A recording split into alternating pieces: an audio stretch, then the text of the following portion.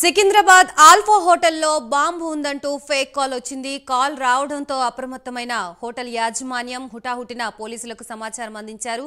దాంతో తనిఖీలు చేపట్టిన అధికారులు అది ఫేక్ కాల్ అని గుర్తించారు. ఫేక్ కాల్ చేసిన వ్యక్తిని పట్టుకుని విచారిస్తామని పోలీసులు తెలిపారు.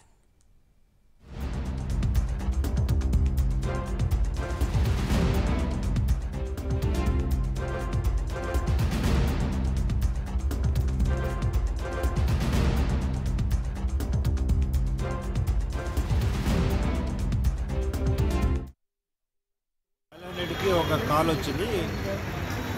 ఆల్ఫా హోటల్లో మేము ఏదో బాంబు ఉంచాము అని. సో ఇమ్మీడియట్గా మా వీడి టీమ్ అండ్ కన్సర్న్డ్ వాళ్ళు వచ్చి చెక్ చేయడం జరిగింది. అటువంటిది ఏమీ లేదు, అది ఫేక్ కాల్ అని అనుకుంటున్నాం. పూర్తి సమాచారాన్ని సేకరించి తగిన చట్టపరమైన చర్య తీసుకుంటాం. ఇటువంటిది ఏం చేసినా తప్పకుండా ఫ్యూచర్లో వారిపై కఠినంగా కేసు రిజిస్టర్ చేసి చర్యలు తీసుకోవడం జరుగుతుంది. డైలాగ్ రెడ్డికి ఒక కాల్ వచ్చింది.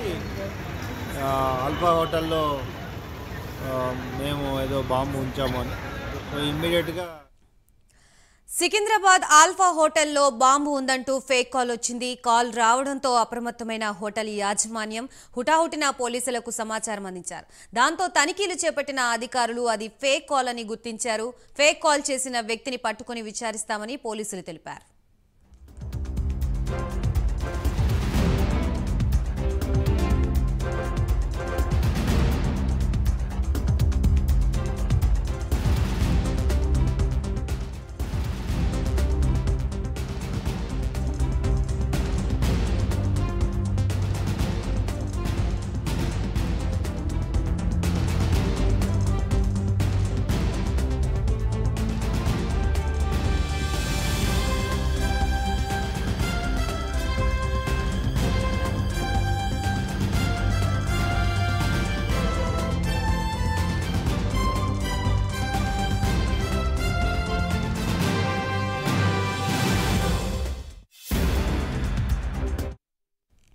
సికింద్రాబాద్ ఆల్ఫా హోటల్లో బాంబు ఉందంటూ ఫేక్ కాల్ వచ్చింది. కాల్ రావడంతో అప్రమత్తమైన హోటల్ యాజమాన్యం హుటాహుటిన పోలీసులకు సమాచారం అందించారు.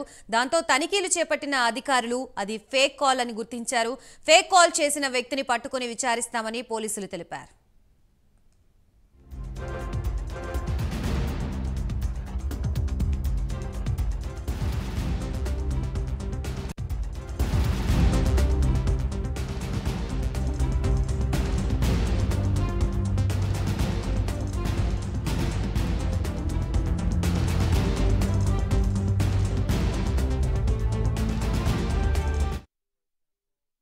ఒక కాల్ వచ్చింది. ఆల్ఫా హోటల్లో మేము ఏదో బాంబు ఉంచాము అని. సో ఇమ్మీడియట్గా మా వీడి టీమ్ అండ్ కన్సర్న్డ్ వాళ్ళు వచ్చి చెక్ చేయడం జరిగింది. అటువంటిది ఏమీ లేదు, అది ఫేక్ కాల్ అని అనుకుంటున్నాం. పూర్తి సమాచారాన్ని సేకరించి తగిన చట్టపరమైన చర్య తీసుకుంటాం. ఇటువంటిది ఏం చేసినా తప్పకుండా ఫ్యూచర్లో వారిపై కఠినంగా కేసు రిజిస్టర్ చేసి చర్యలు తీసుకోవడం జరుగుతుంది. డైలాగ్ రెడ్డికి ఒక